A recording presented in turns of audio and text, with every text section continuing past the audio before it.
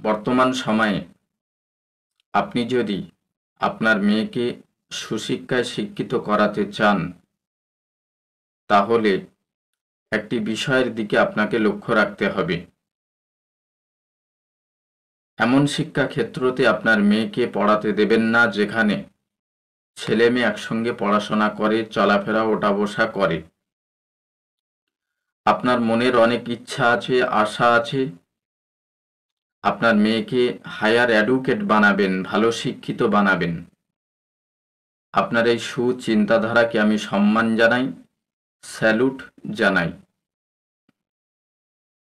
আপনি অনেক আশা করে, ভরসা করে বড় বড় স্কুল, কলেজে, ইউনিভার্সিটিতে আপনার মেয়েকে পড়াতে দেবেন। আপনার আশা পূরণ হবে কিনা এতে অনেক সন্দেহ আছে। ইভেন্ট আপনারা দেখেছেন, যাদবপুর ইউনিভার্সিটির একজন ছাত্রীর মৃত্যুকে ঘিরে কতটা বিতর্ক তৈরি হয়েছে।